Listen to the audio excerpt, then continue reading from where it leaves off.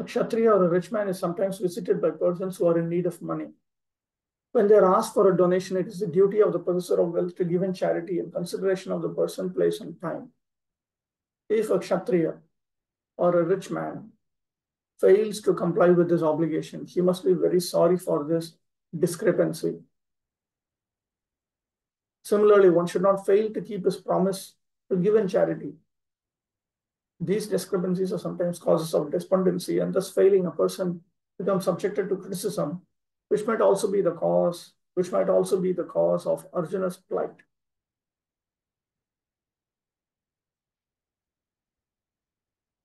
Prabhu, this someone addressed you with unfriendly words. So it was said in Bhagavad Gita also that self-realized souls are not disturbed by honor or insult. So even if there are unfriendly words, why should be that a cause for despondency, especially for Arjuna? Arjuna is playing the role of a Kshatriya. There are certain situations when, even in the mode of goodness, one is expected to be fearful. One is expected to be fearful of sinful activities. One is expected to be fearful of becoming irresponsible in society and so on. So these are all righteous causes for anxiety. That is why he's asking. Sthitapragya is not bothered when he loses something personally and so on. But when someone speaks something unfriendly, like I'll give an example. 10th canto, Krishna book. There is a Brahmana whose wife is giving birth to some children, Dwaraka. As soon as the child is born, the child dies. Each time a child is born, a child dies. So the Brahmana goes and directly complains. Outside the palace, that's a bell. He rings a bell and he says, this Ugrasena is nonsense, and he gives all kinds of gali. Those who are Brahmanas, by Guna and Karma, they are allowed to criticize the Kshatriyas. You cannot take any action on them and all this. Observe. They are considered parents of society. Kshatriyas are teenage kids. The others are just younger children. Shudras are like infants. So he shouts and screams. And Ugrasena and everybody is filled with anxiety about it, because this is a valid criticism. There's nothing personal in this. It's not that Ugrasena himself came and attacked. That's not the point. He did, he's a Kshatriya means he's responsible for his kingdom. And Abhishekta Kshatriya, the coronated Kshatriya, is the king, but he's assisted by other Kshatriyas, and all of them as a body, they're meant to be first of all conscious about the peace and law and order in the kingdom. Because without that, you cannot progress. You cannot progress towards God smoothly. So that duty is to make sure everything is smooth. So this is a different reason why Arjuna is expected to be in distress. 41. Kachitvam brahmanam balam gam vriddham roginam striyam sharanopasritam sattvam natyakshi sharanapradaha. We are always the protector of the deserving living beings. Sharanapradaha.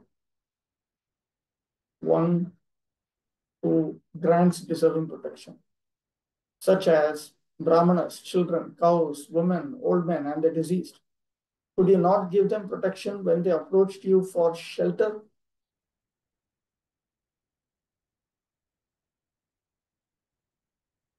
Another possibility why Arjuna could be in distress.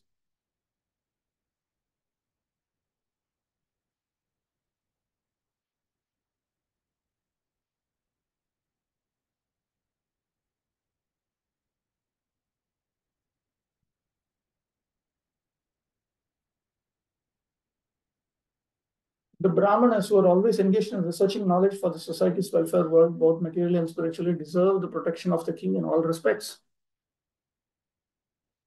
Similarly, the children of the state, the cow, the diseased person, the woman, and the old man specifically require the protection of the state or a Kshatriya king. If such living beings do not get protection by the Kshatriya or the royal order or by the state, it is certainly shameful for the Kshatriya or the state. If such things had actually happened to Arjuna, Maharaj Yudhishthira was anxious to know about these discrepancies. 42.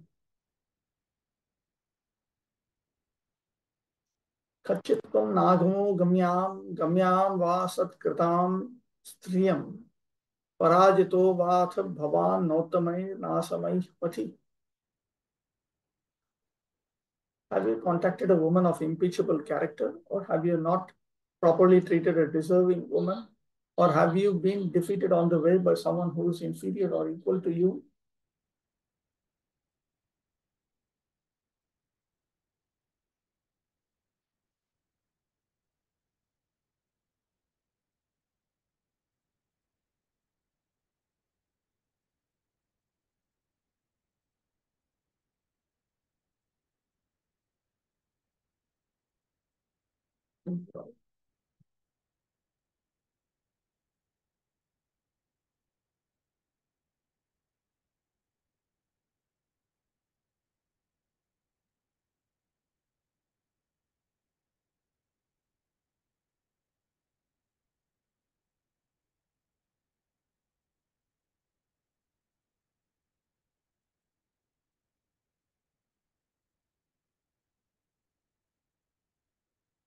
It appears from this verse that during the time of the Pandavas, free contact between man and woman was allowed in certain conditions only. The higher caste men, namely the Brahmanas and Kshatriyas, could accept a woman of the Vaishya or the Shudra community, but a man from the lower castes could not contact a woman of the higher caste, means could not marry. Even a Kshatriya could not contact a woman of the Brahmana caste. Kshatriya could not marry. Contact means marry. The wife of a Brahmana is considered one of the 7 mothers, namely one's own mother, the wife of the spiritual master or teacher, the wife of a Brahmana, the wife of a king, the cow, the nurse, and the earth. Such contact between man and woman was known as Uttama and Adhama. Contact of a Brahmana with a Kshatriya woman is Uttama. But the contact of a Kshatriya with a Brahmana woman is Adhama and therefore contempt. Uttama is Anuloma, Adhama is Pratiloma. And Uttama or Anuloma itself is second class, and Adhama or Pratiloma is third class. First class is Savarna, same Varna.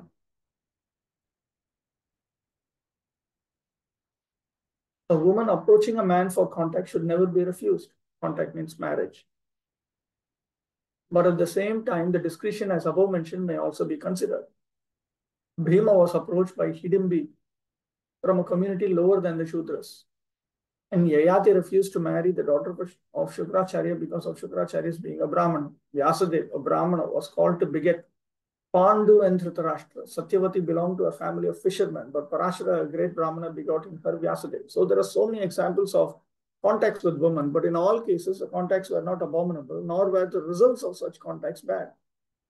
Contact between man and woman is natural, but that also must be carried out under regulative principles so that social consecration may not be disturbed or unwanted worthless population be increased for the unrest of the world. This consideration is very much there. What kind of children are going to be born? Are they going to be better than the parents or worse than the parents? It is abominable for a Kshatriya to be defeated by one who is inferior in strength or equal in strength. If one is defeated at all, he should be defeated by some superior power. Arjuna was defeated by Bhishma when Lord Krishna saved him from the danger. That was not an insult for Arjuna because Bhishma Dev was far superior to Arjuna in all ways, namely age, respect, and strength. But Karna was equal to Arjuna, and therefore Arjuna was in crisis when fighting with Karna. It was felt by Arjuna, meaning Arjuna experienced it as a major crisis to his reputation and life. And therefore Karna was killed even by crooked means. Such are the engagements of the Kshatriyas, and Maharaj Yudhishthira inquired from his brother whether anything undesirable had happened on the way home from Dwaraka.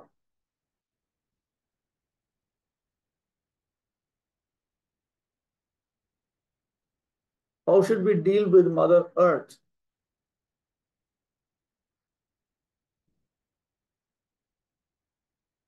With respect, by trying to reduce carbon emissions, by trying to avoid non-biodegradable wastages. There's a whole department in Mayapur for this. Zero waste.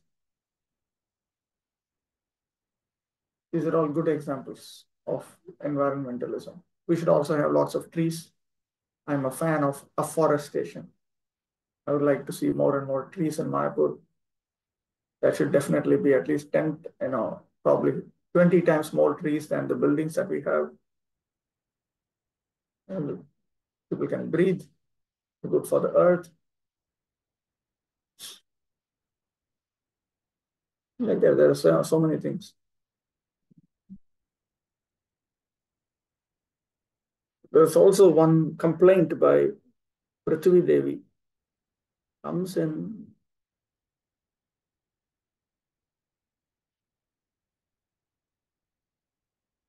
before the 10th canto,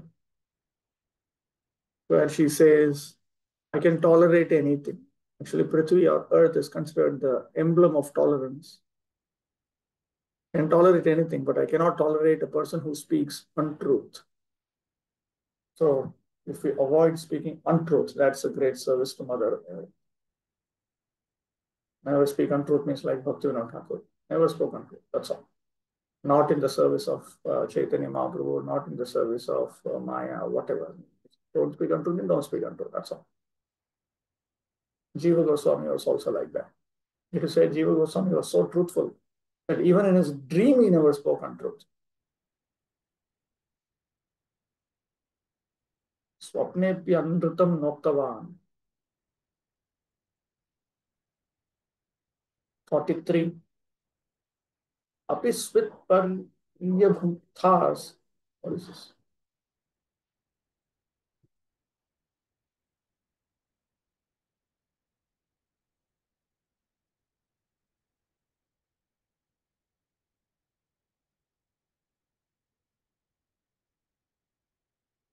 Apisvit paryabhutas bhutastvam sambhojyan vruddhabalakan jugapsitam karma kinchat kritavan na yadakshamam.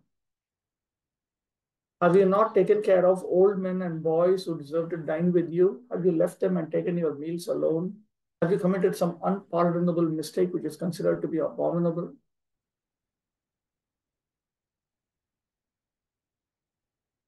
Have you eaten without feeding those who are fit to be fed, the elderly, the children?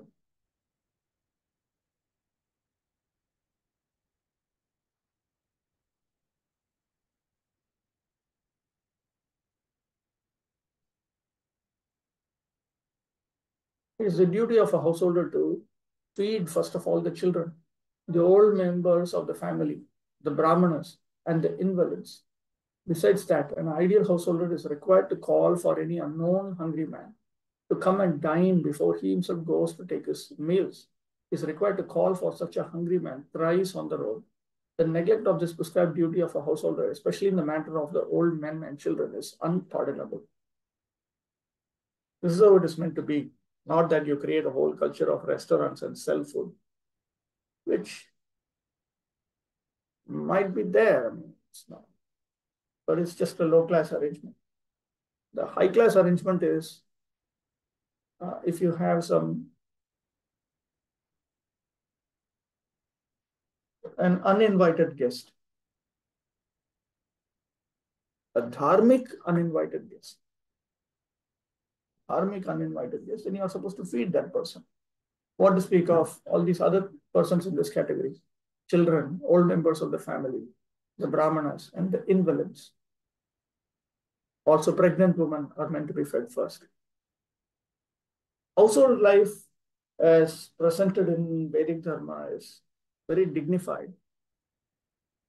It is a complete cure for the disease of lust, anger, and greed.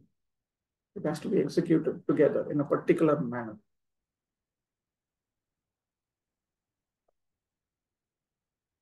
44.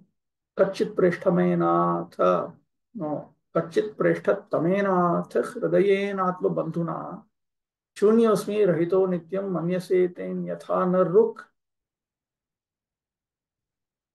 Or is it that you are feeling empty for all time because you might have lost your most intimate friend, Lord Krishna? Oh, my brother Arjuna, I can think of no other reason for your becoming so dejected. See, just like Parikshit, he is supposed to have all the auspicious qualities of the personalities mentioned when he was born, and the expert astrologers had made various proclamations. Like that, Arjuna was so dejected that his dejection was the sum total of all the dejections that might have been referred to here previously. If somebody had done all of these things, how dejected he would have been. Like that, he is dejected. So this one is the appropriate alternative for everything. Nityam sada preshta tamena. No. Something is wrong. Preshta tamena.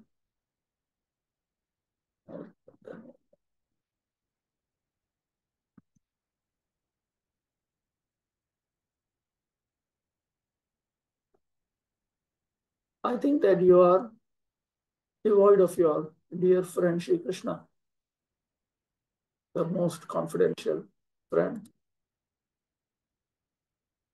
He was dear most to you in your heart. Otherwise, so much of mental disturbance would not take place in you.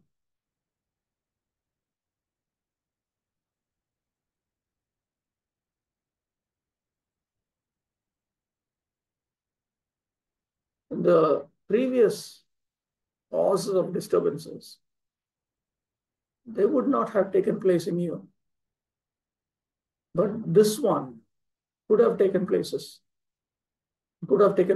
because Yudhishthira remembers Narada Muni's statement.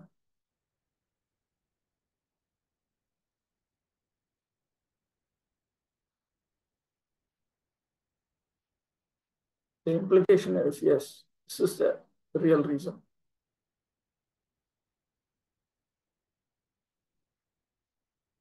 Achyutanam Prabhu. Prabhu, how to identify if someone is a dharmic invited? How to identify if somebody is dharmic? Like you said, it's like, how do you identify if somebody is legal, following the law? Check with the law. That's all. no, but if he's a guest and suddenly appears out of nowhere, then at that moment, how was it possible for Vedic Grastas to identify if he is a proper person to feed or not? There are ways to find out. There are also arrangements for these things. An uninvited guest or Atithi is well defined by Manu. There are all kinds of people who will come. So they were also honored appropriately. Not too much honor, not too less honor. So if somebody just turns up, they were taken care of in a certain manner. But too, Kshatriyas are all very rich. So they would have arrangements through representatives to take care of them. Only specific persons, like Brahmanas. Atithi Seva primarily refers to serving Brahmanas. And in Vedic Dharma, appearance is very important. How you dress code, these things are very important. Because that is how you identify your status. Status in terms of Varna Dharma, also Ashrama Dharma. Status, that's how you identify what is your Varnic status, what is your Ashrama status. For women, it is important to identify whether they are married or not. These things are all very important. So that there doesn't have to be unnecessary interaction and unnecessary entanglement, unnecessary troubles. So many things could be understood just by looking. Like, how do you know somebody is sannyasi? He's dressed as a sannyasi. So how do you know if somebody is a brahmana? He's dressed as a brahmana. Just as Prataprudra wanted to meet Lord Chaitanya Mahaprabhu, could not meet because he's dressed as a king. So then he dressed as a Vaishnava, because that is something called the dress of a Vaishnava. So there are a number of people who think that there's no such thing as a dress of a Vaishnava. You can put any dress, any respectable dress. In different countries, different dresses are respectable. So you can wear all of that and you're a Vaishnava. That's not. There is something called the dress of a Vaishnava. All the inquisitiveness of Maharaj Yudhishthira about the world situation was already conjectured by Maharaj Yudhishthira on the basis of Lord Krishna's disappearance from the vision of the world. And this was now disclosed by him because of the acute dejection of Arjuna, which could not have been possible otherwise. So even though he was doubtful about it, he was obliged to inquire frankly from Arjuna on the basis of Sri Narada's indication. Chapter 15, the Pandavas retired timely. Okay, wait, let's see a question in the chat box. What is this? Why should one call outsiders every day for accepting food? Is it for everyone? This is a duty for the householders. It is to ensure that they don't become selfish. It's a training. Or outsiders means outsiders also you call those who are worthy of being fed. This is the whole criteria in this Atithi Seva. Is it for everyone? There should be arrangements. There should be arrangements. Like in Mayapur, not just in Mayapur, every ISKCON center. Prabhupada has gone on record for saying 10 miles radius, nobody should go hungry. They should all be able to come to the temple and eat. This is not some unbelievable, undoable, impractical thing. You check the Gurudwaras of the Sikhs. They also have a policy that any hungry person who comes, you are supposed to feed them. And as far as I know, this has been going on more or less successfully. Several Gurudwaras. And they are a 500-year-old institution or a community going on. So then why can't we just follow the same thing, make an arrangement for the same thing? Initially, at least feed those who come to the temple itself. I remember reading Prabhupada said that there should always be the dough for chapati or puri always kept, so that if because sometimes devotees also travel from place to place, temple to temple. So if somebody comes late at night, then you should be able to give that person something. It should always be arrangement. No one should go hungry. These are all important things. Achyutanam. Prabhu, also in that purport of contact with women. So many times this word contact was used, and you said that it's marriage. So Prabhupada could have used that word marriage instead. Like context gives the Comes in the original. The commentary is supposed to reflect the wordings of the original. contact gives the idea like a casual sexual contact one time, something like this. No. That's a context in which you have to understand. You have to apply the context of Kshatriya Dharma. It is known from other sources that Yudhishthira was very dharmic. It is known from other sources that Arjuna was very dharmic. Arjuna was more dharmic than Krishna, in fact. So then you have to see how would they converse. Why would Yudhishthira talk about some casual one-night stand? It will take you to hell. That's all. That one night will take you to hell for several nights. 10,000 nights. So Okay. why would he, so it's just context.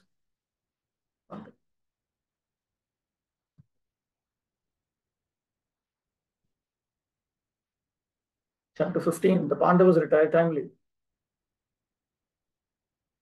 1. Tutavacha. Evam Krishna Sakah Krishno Bhratra Ragya Vikalpitaha Nana Shankaspadam Rupam Krishna Vishlesha Karshitaha. Suta Goswami said, Arjuna, the celebrated friend of Lord Krishna, was grief-stricken because of his strong feeling of separation from Krishna, over and above all Maharaj Yudhishthira's speculative inquiries.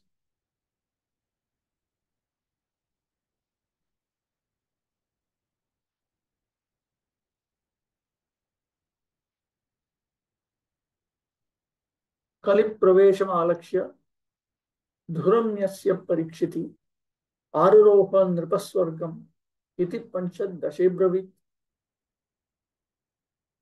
Having noticed that Kali had entered and having transferred the kingdom, the responsibility for the kingdom to Parikshit, the king ascended to the heavens. This is stated in the 15th chapter. Ascended to the heavens means anything beyond Antariksha. That is all considered Swarga. That language is often found even in the Upanishads, even the spiritual world. Paravyoma is referred to as Swarga.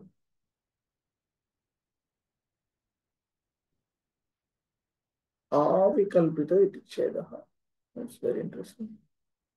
Ragya avikalpita.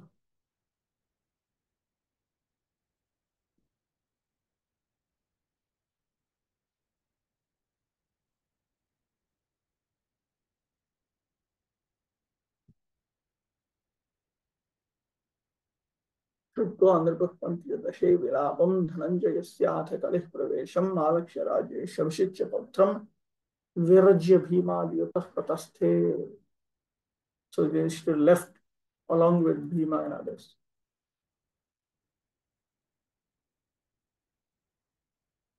विलापम् आकर्ण्य धनञ्जयस्य प्रविष्टम् आलक्ष्य कलिं विरक्तः पौत्रं स्वराज्ये विनिवेश्य Raja सहानुजः पञ्चदशे प्रतस्थे. Yudhishthira Maharaj became detached when he noticed symptoms of Kali, which further indicates that Lord Krishna had left this world. That's what it means. Being too much aggrieved, Arjuna practically became choked up, and therefore it was not possible for him to reply properly to the various speculative inquiries of Maharaj Yudhishthira. 2. Shokena Shushyad Vadana Shokena Shushyad Vadana Kritsarojo Hata Prabha Vibhuntam Mevanusmaran Nashakno Pratibhashitum. Due to grief, Arjuna's mouth and lotus-like heart had dried up. Therefore, his body lost all luster. Now, remembering the Supreme Lord, he could hardly utter a word in reply.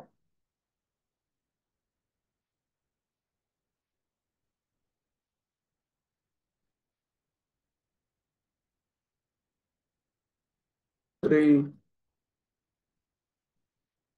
Kritsarena samstabhya shucha paninam mrijya netrayo parokshena samunnadha pranayaut kanthya katara. With great difficulty, He checked the tears of grief that smeared his eyes. He was very distressed because Lord Krishna was out of his sight and increasingly felt affection for him. In the text of Srimad Bhagavatam, Arjuna is considered the most dear friend of Lord Krishna amongst the Pandavas, dearmost to Lord Krishna. Bhagavatam certainly presents it like this.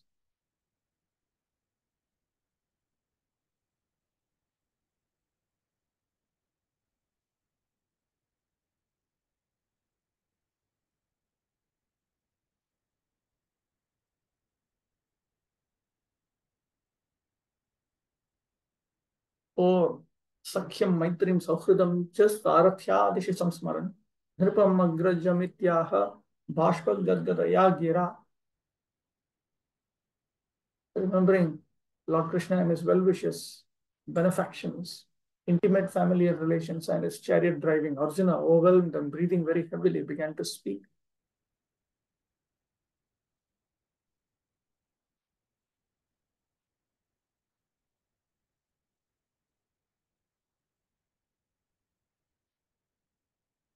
Arjuna liked Krishna so much that he not only wanted to be a friend, he also wanted to be his relative. That is why he married Subhadra.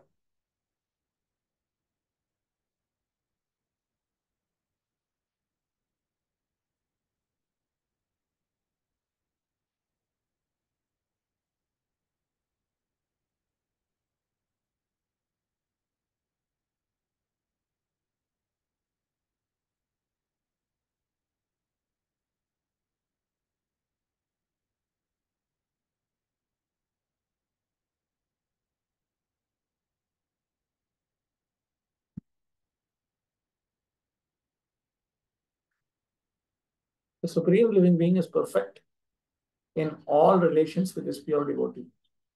Sri Arjuna is one of the typical pure devotees of the Lord, reciprocating in the fraternal relationship.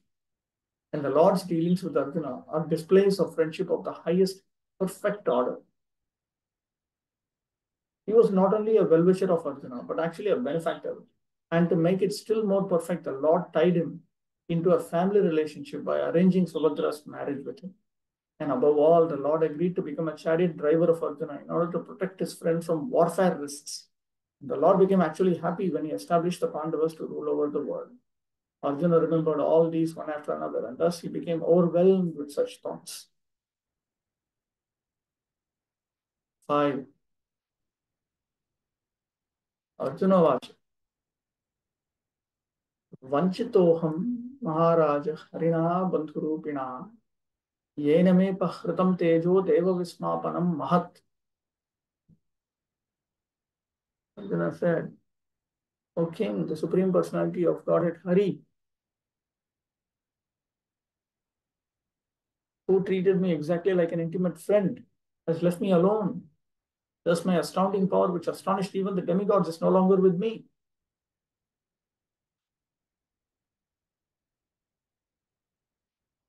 Oh, very some interesting remarks by Vishnu Chakravarti on the previous verse. Krishna had, see, the relationship between Arjuna and Lord Krishna was of Sakhyam, Maitrim, and Sauhridam. Sakhyam is mutual good wish, indicates mutual good wishes. Maitrim is friendship that is mixed with dasya. Sauhridam is friendship that is mixed with parental affection.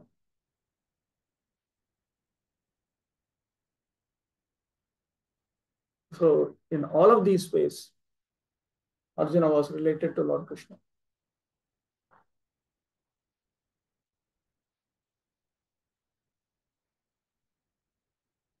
Vanchitaha prataritaha.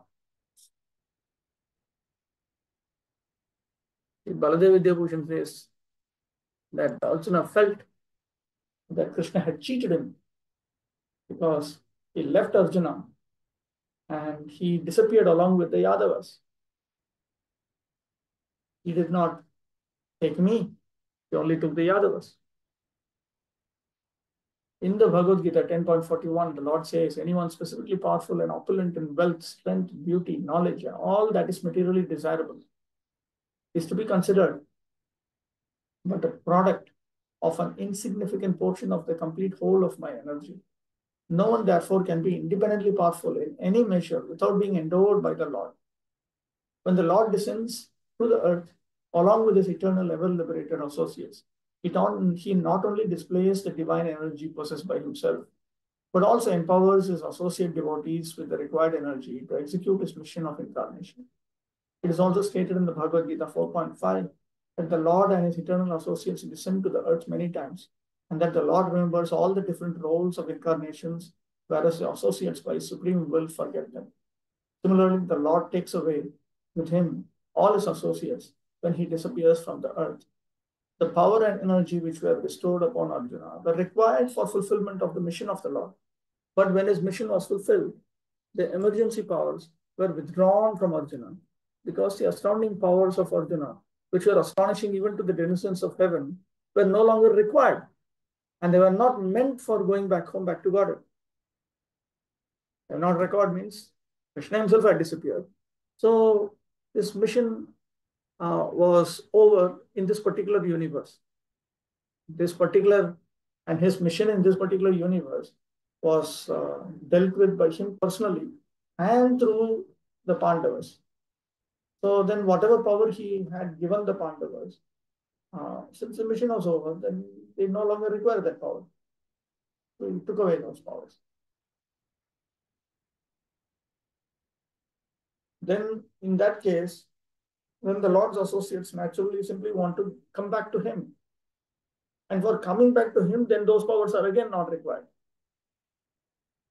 If endowment of powers and withdrawal of powers by the Lord are possible, even for a great devotee like Arjuna, or even the demigods in heaven, then what to speak of the ordinary living beings who are but figs compared to such great souls?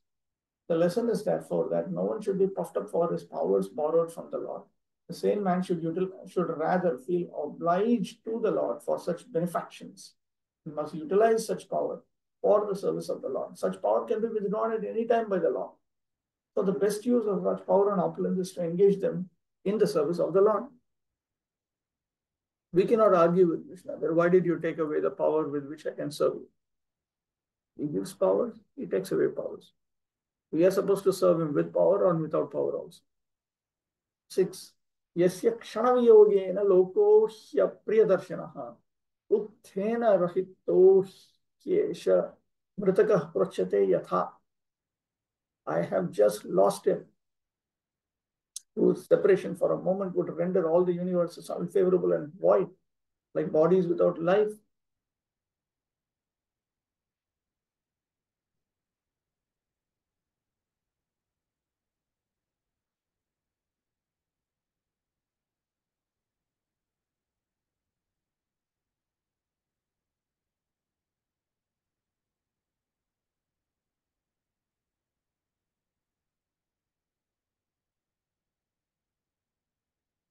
Actually, for a living being, there is no one dearer than the Lord. The Lord expands himself by innumerable parts and parcels as Swamsha and Vibhinamsha.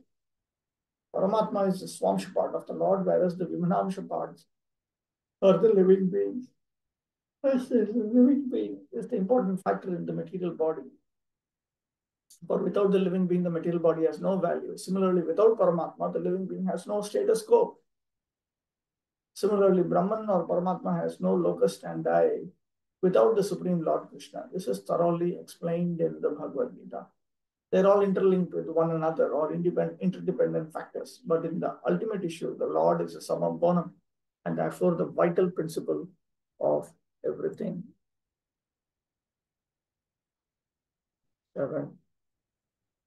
Yes, samshraya drupadage upagatanam ragyam swayam varamukhe smara durmadanam tejokhritam khalumaya abhi hatascha matsya sajjikratena dhanushadhigata cha Krishna. Only by his merciful strength was I able to vanquish all the lusty princes assembled at the palace of King Drupada for the selection of the bridegroom. With my bow and arrow, I could pierce the fish target and thereby gain the hand of Draupadi.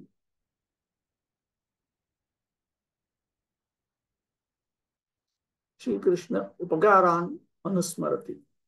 Now he uh, remembers continuously the help, the different types of help that Shri Krishna had bestowed.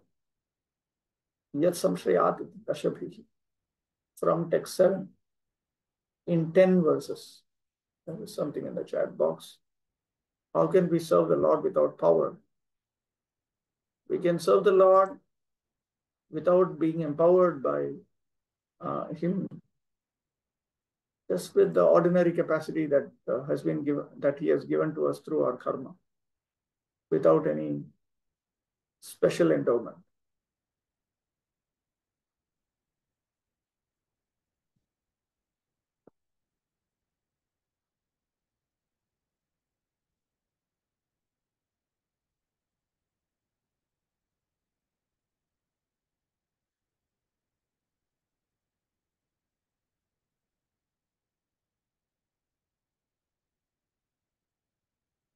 It is simply by Krishna's grace. We see the Swami says, as soon as Arjuna just uh, got hold of that bow, then that itself destroyed the pride of this princess. Then he stringed the bow and then he pierced that fish which was going around.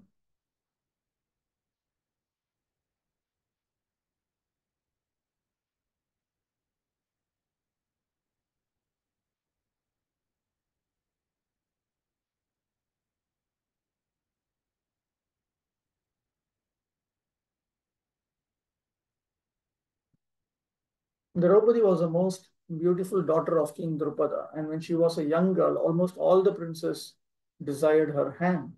But Drupada Maharaj decided to hand over his daughter to Arjuna only, and therefore contrived a peculiar way. He came up with a very peculiar arrangement for that. There was a fish hanging on the inner roof of the house under the protection of a wheel. The condition was that out of the princely order, one must be able to pierce the fish eyes through the wheel of protection, and no one would be allowed to look up at the target. On the ground, there was a water pot in which the target and wheel were reflected, and one had to fix the same towards the target by looking at the trembling water in the spot. Maharaj Drupada well knew that only Arjuna or alternatively Karna could successfully carry out the plan. But still, he wanted to hand his daughter to Arjuna, and in the assembly of the princely order, when Drishtadyumna, the brother of Draupadi, introduced all the princes to his grown-up sister, Karna was also present in the game. But Draupadi tactfully avoided Karna as the rival of Arjuna by expressing her desire through her brother Drishtadyumna, but she was unable to accept anyone who was less than a Kshatriya. The Vaishyas and the Shudras are less important than the Kshatriyas. Karna was known as the son of a carpenter, a Shudra. So Draupadi avoided Karna by this plea. When Arjuna, in the dress of a poor Brahmana, pierced the difficult target, everyone was astonished, and all of them, especially Karna, offered a stiff fight to Arjuna. But as usual, by the grace of Lord Krishna, he was able to emerge very successful in the princely fight and thus gained the valuable hand of Krishna or Draupadi. Arjuna was lamentingly remembering the incident in the absence of the Lord, by whose strength only he was so powerful. 8.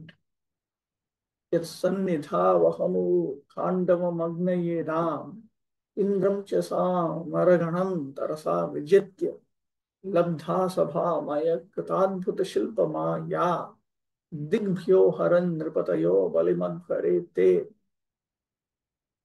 Because he was near me, it was possible for me to conquer with great dexterity the powerful king of heaven, Indradev, along with his demigod associates, and thus enable the fire god to devastate the Khandava forest.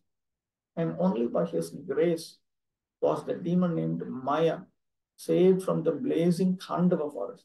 And thus we could build our assembly house of wonderful architectural workmanship where all the princes assembled during the performance of Rajasuya Yajna and paid you tributes.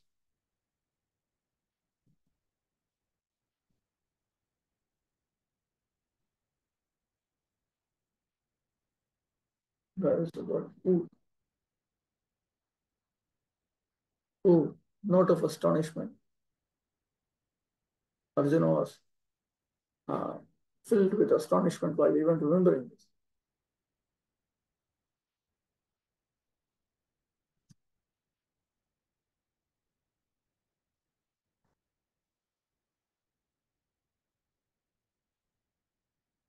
Khandava was Indra's forest.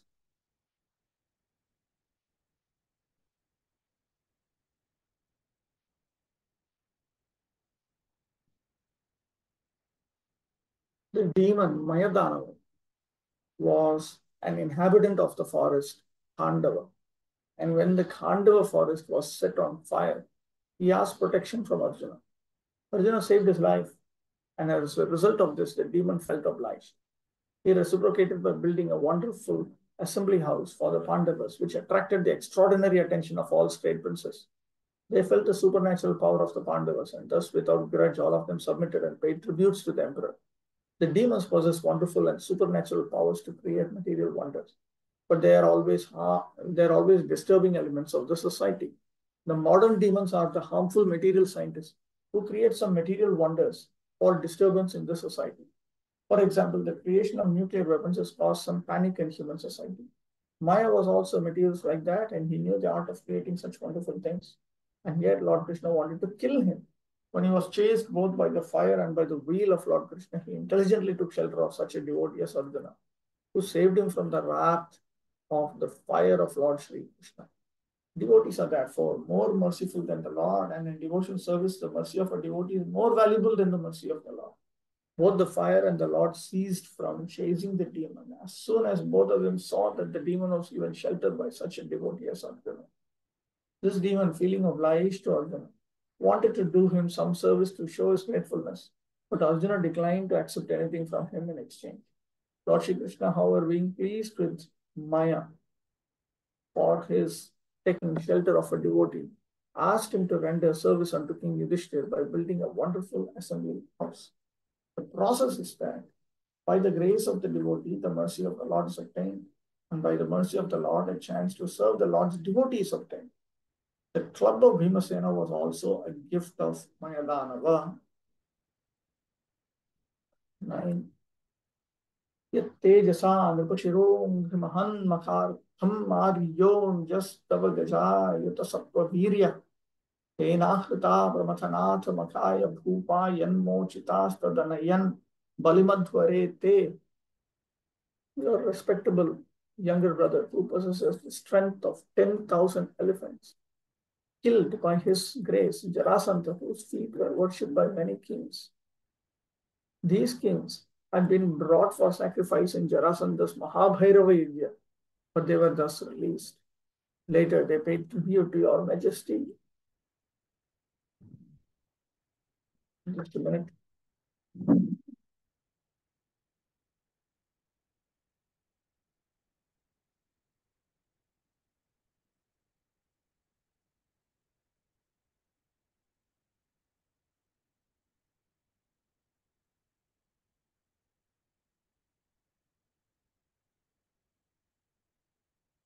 Antarshloka Vijitaha, Tasapi Vyakhyayati. This text 9 is sometimes considered not to be in the original reading. Still, here Swami explains it.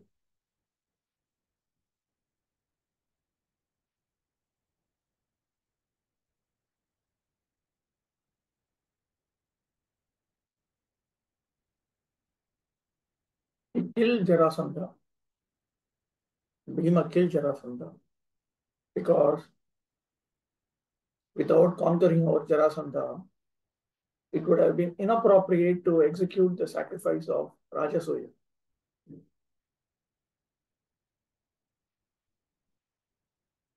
The strength of 10,000 elephants refers to the strength of enthusiasm as well as power.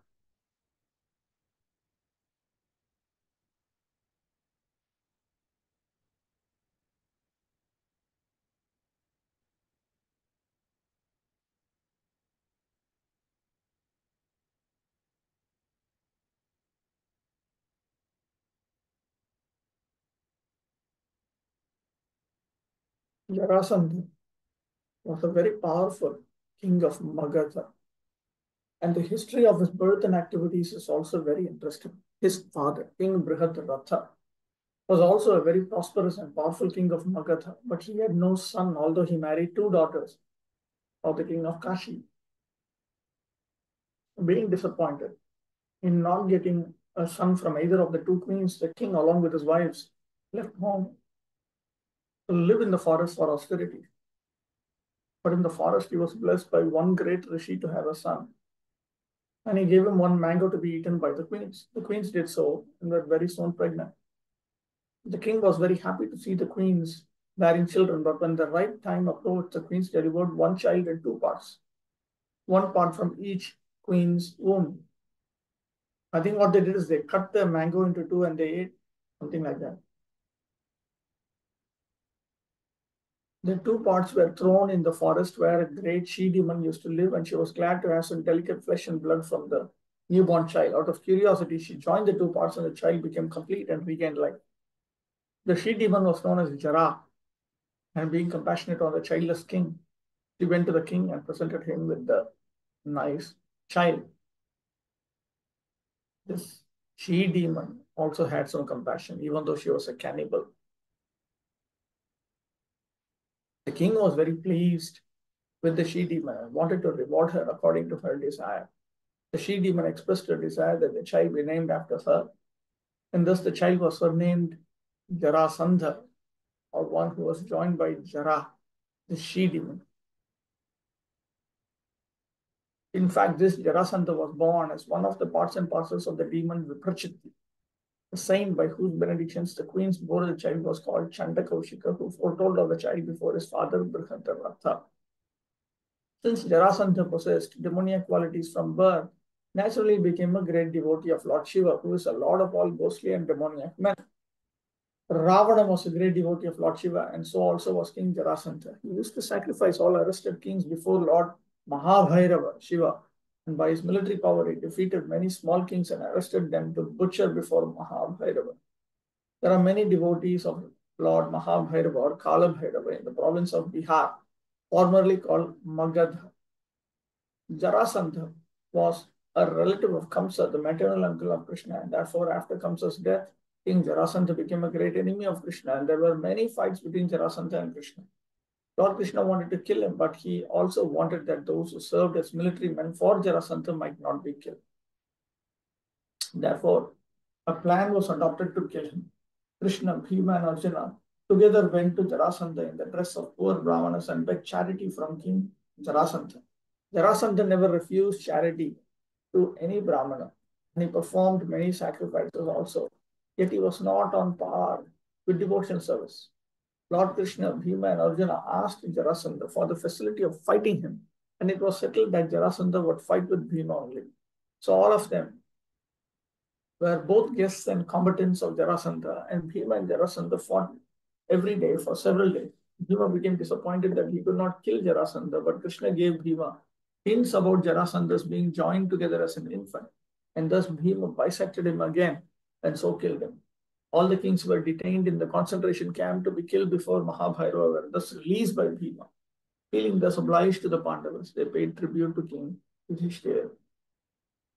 And पत्न्यास्तवाधिमखक्लिप्त महाभिषेक श्लाघिष्टचारु कवरं चितवैः सभायां स्पृष्टं विकीर्य पदयोः पतिताश्रुमुख्या यस्तत्स्त्रियो कृतहते शिवमुक्तकेशाः.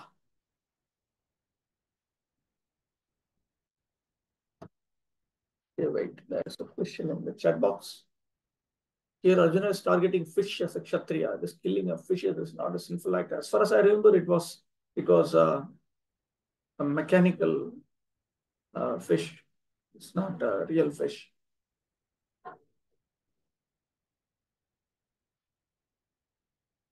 Achyutanam. Prabhu, in this purport of text 9, Srila Prabhupada writes, Krishna only wanted to kill Jarasandha and he wanted to avoid killing his men. But I have heard, I don't know if it is right or wrong, but previously there was 17 times Jarasandha attacked Mathura and Krishna wiped out entire army, leaving only Jarasandha. And I have heard explanation that he was doing this so that all the demons could be swiped away, and he left Jarasandha so that he can again gather more demoniac kings and bring them to be again slaughtered in the war. So was it correct? And if that was correct, then how these both can be correct, both versions? Those ones deserve to be killed. These ones don't deserve to be killed. Therefore,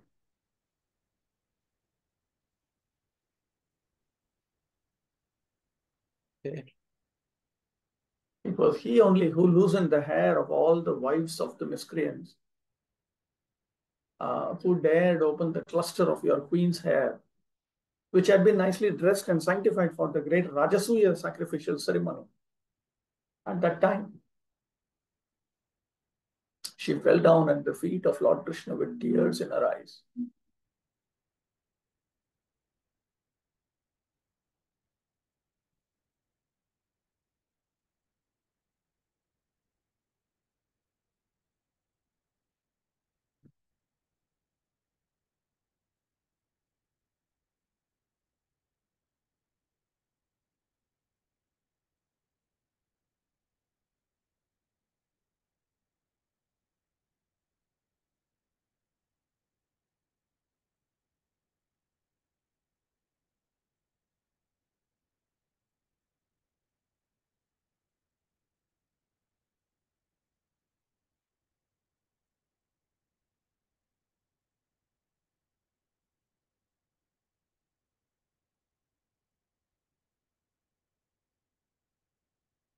Wives of the miscreants who dared open the cluster of your queen's hair. This is about Dushasana and others.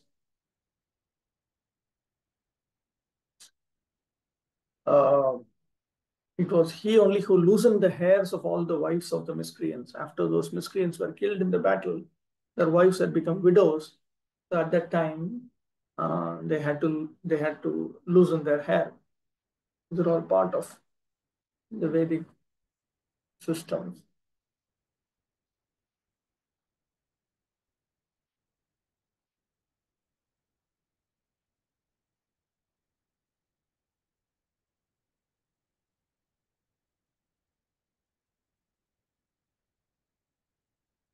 Queen Draupadi had a beautiful bunch of hair, which was sanctified in the ceremonial function of the Rajasuya Yajna. But when she was lost in a bet, Dushasana touched her glorified hair to insult her. Draupadi then fell down at the lotus feet of Lord Krishna, and Lord Krishna decided that all the wives of Dushasana and company should have their hair loosened as a result of the battle of Kurukshetra.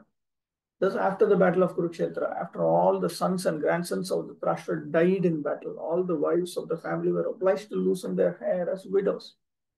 In other words, all the wives of the Kuru family became widows because of Dushasana's insulting a great devotee of the Lord. The Lord can tolerate insults upon himself by any miscreant, because the father tolerates even insults from the son. He never tolerates insults upon his devotees. By insulting a great soul, one has to forego all the results of pious acts and benedictions also. 11. Yes. Prabhu, that Dushasan touched her glorified hair to insult her. So touching, like in Vedic times, any touch to a woman is considered an insult.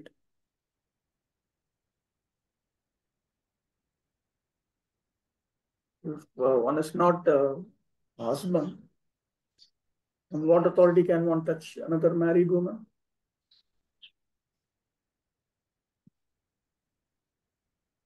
Yeah. Even for unmarried women also, this was the case. Like it's like an insult. Yeah, obviously. He belongs to her father. Mm-hmm.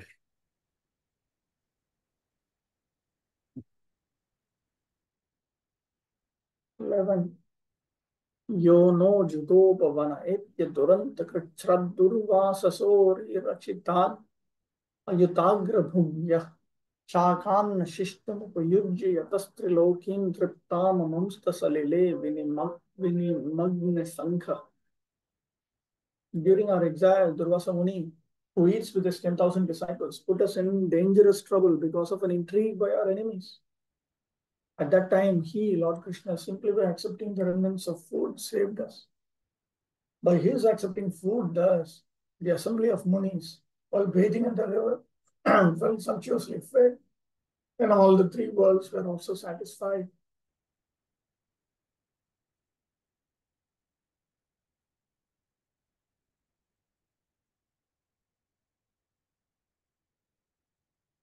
So Yudhishthira and others were facing the threat of a curse by Durvasa Muni. And Lord Krishna protected them from having to experience that.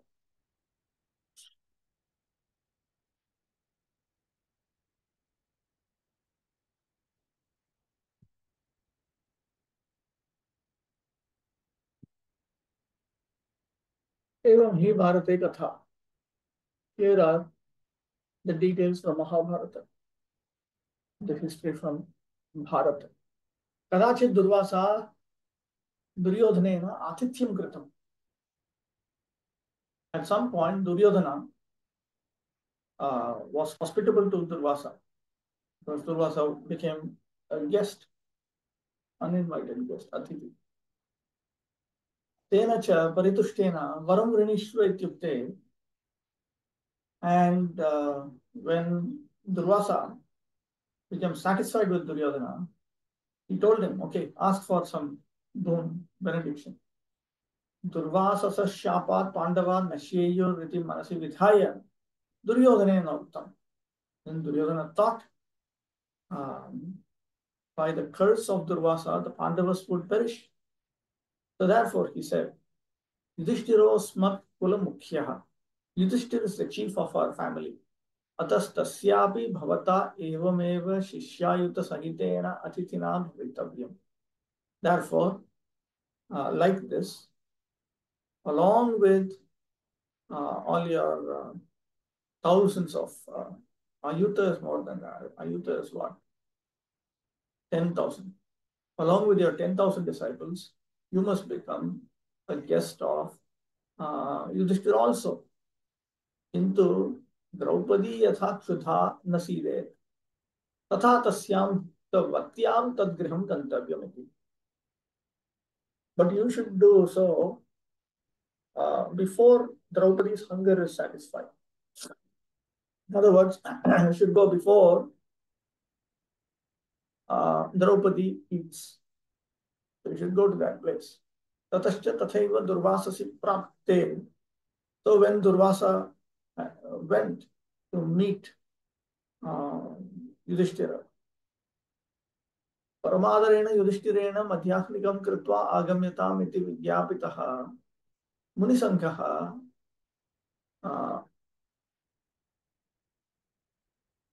what is this? Adhamarshana, must be Aghamarshana. Jale Nimamajja. So then Yudhishthira told that please perform your afternoon Sandhya Vandana. And then you come for lunch. So when Yudhishthira requested in this manner, then the sages, they went and immersed themselves in the water. Tatra Chinta Aturaya Draupadya Smrtamatraha Shri Krishna Ankastham Rukminim Hitva Tat Kshanameva Bhakta Vatsalataya Cha Agataha. Draupadi was in a terrified state of anxiety. But as soon as she remembered Lord Shri Krishna set aside Rukmini Devi, who was on his lap. And at that very moment, out of his affection for his pure devotees, he arrived. Tayacha avedite vrittante bhagavata uttam So when she informed the uh, Supreme Personality of Godhead about the events that had taken place, the Lord said, Hey Draupadi, O Draupadi, Ham cha bhukshitosmi. I am hungry. I am also hungry. Prathamam mam bhojayat. To first of all feed me. Taya cha atilajaya uktam. He was most embarrassed. And she said, Swamin mad bhojana paryantam akshayam apyannam suryadatta sthalyam maya cha sarvan sambhojya bhuktam. Ato nasti annam. He said, My Lord, uh, this uh, the food that is inexhaustible in the utensil given by Surya it is up to, it works up to my eating. So I had fed everyone and then I had eaten. So right now there's nothing to eat, there's no food. Tathapi ati nirbandhena sthalim anaya tat kanthalagnam kinchit chakannam prashya uktam. But the Lord, with great care, had that pot brought, and there was a little bit of shark that was stuck to the neck of that utensil. Having eaten that, the Lord said, Anena Vishwatma Bhagavan Priyatam. May the Supreme Soul, Bhagavan, be satisfied. Atha Bhoktum Munisangam Ahvaya iti Bhimam Prahitavan. Then he requested Bhima, please go and bring all the sages. Sacha Tava Atitruptaha Vrithapaka Bhayena Palayata iti. But because they were such a Tavata Atitruptaha, but they were more than satisfied. Their hunger was more than satisfied. And they ran away out of fear that they had to face useless cooking, more food to eat.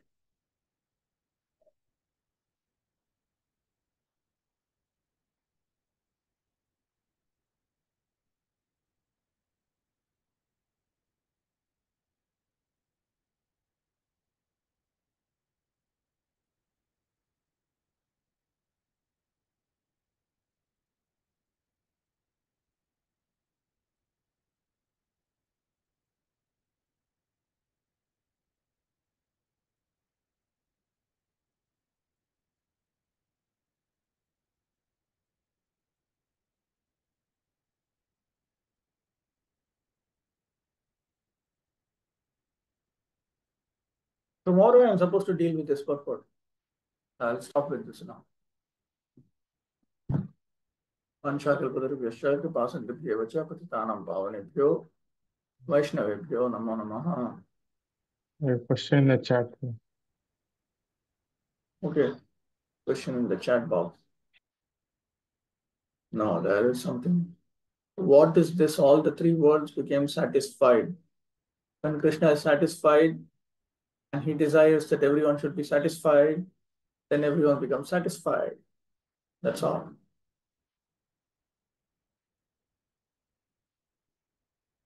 It's Krishna's inconceivable potency.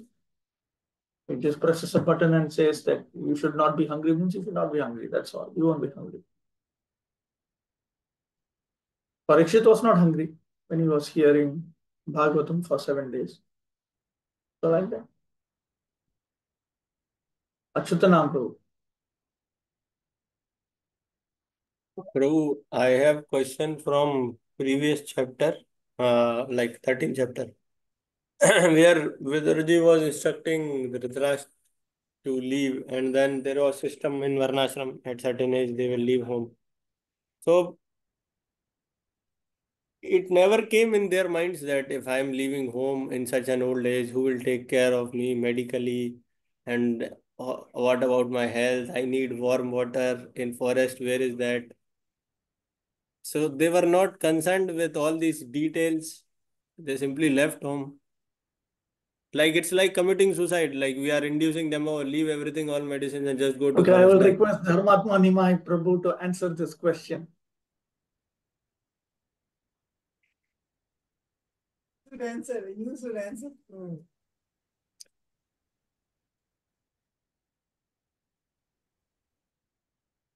If one is thinking of all this, then why he should just be at home, that's all. Anyone who wants comfortable household life, he should just continue to be at home instead of going outside and creating a big mess outside the home. Those who were leaving home, they were first of all confident that the all-pervading Supreme Lord will take care of me. Only these persons, they were going out. So the Vanaprastha order is after sufficient training. You see, the Vanaprastha order also, who is eligible for Vanaprastha? Brahmanas are eligible for Vanaprastha. And Kshatriyas are eligible for Vanaprastha. Vaishyas and Shudras are not eligible for Vanaprastha.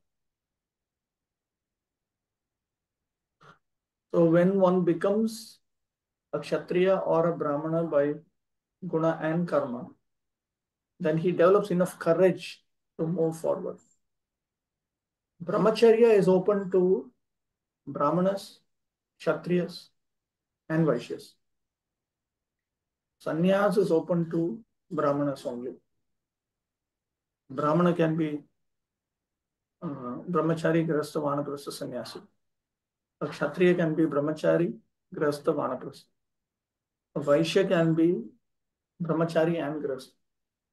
Shudra can be Grahastha. Everybody is born in a home. Since birth, we are Grahasthas. It should be like that. Nobody should be born outside home. So that is Grahastha 1. Let me call it Grahastha 1. So Shudra is in Grahastha 1 phase of life, for whole life. The Vaishya, Kshatriya, and Brahmana. From Grahastha 1, they accept the life of a Brahmachari. The Vaishyas then enter into the next phase of life, Grahastha 2, and stay like that for whole life. The Kshatriyas, they go one step further. They become Vanaprasthas. There are two types of Vanaprastha. There is Vanaprastha 1, Vanaprastha 2. Let me say that. Vanaprastha 1 is when husband and wife together they accept a life where there is no scope for artha kama. There is only scope for dharma, moksha, and of course Bhagavad Priti.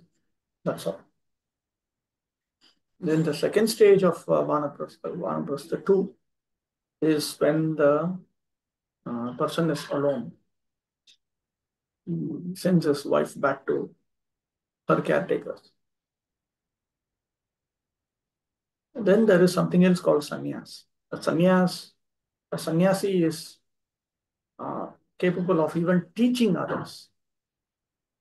That is one step further. It's one thing that I am absorbed in spiritual practice, but it's another thing to become qualified to teach spiritual practice to others. So that is another stage. So that's a proper arrangement.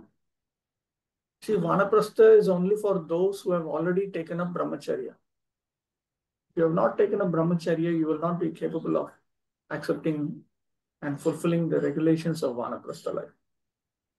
When one becomes a pure devotee of Lord Vishnu, then he develops a Brahmanical nature by guna and karma. Therefore, he is capable of leaving home because he is now a Brahmana. For all practical purposes, he is a Brahmana. So therefore, he has the ability, he has the strength, he has the Vairagya, Vidya, Bhakti to handle all this. So Krishna himself makes that person understand that I am there to take care of you. Therefore, they are not bothered. Those who do not have that degree of spiritual advancement, realization, courage, they don't attempt these things because the world outside itself is like a big forest. Anybody can attack you and nobody will bother. There are persons who even try to join an ISKCON center, and within a few days they get back home. Few days. They only last a few days because the sort of selfless affection you get at home, the sort of pampering you get at home, you will not get that. If you are sick, they'll simply come and tell you, okay, take the medicine. I'll take you to a doctor. That's all. At home, it's not like that. At home, your mom will come, she'll touch your hair, she will embrace you, your sister will come and cry, and all kinds of drama happens. And that drama is very important for many people, for them to function. All this anxiety, all of that is required. Without that anxiety, there are people who even think that after I die, I want my wife to cry for me. Only that kind of woman I'll marry. So the person is dead and gone. But as a ghost, he wants to come and confirm that his wife is crying with tears. This is all hyper sentimental. So the hyper sentimental people should be at home. Should be at home. Either in Grahastha 1 or in Grahastha 2. Just follow dharma. Krishna will help over time. Over time means may take over many lifetimes also, but Krishna will help. First step in spiritual progress, let us accept a vow of never touching adharma of any type. No sin, no offense. And we will engage in devotion service to the Supreme Personality of Godhead on a daily basis. That much. That much. First step. Then becoming sattvic, then becoming pure, and then becoming perfect. That is all much later. Step by step. Some can go through all the steps very rapidly within one life. Some go through it over years, some take decades, and others will take lifetime. All right, we'll stop with that. Thank you, Prabhu. Vaishnavibhyo namo namaha.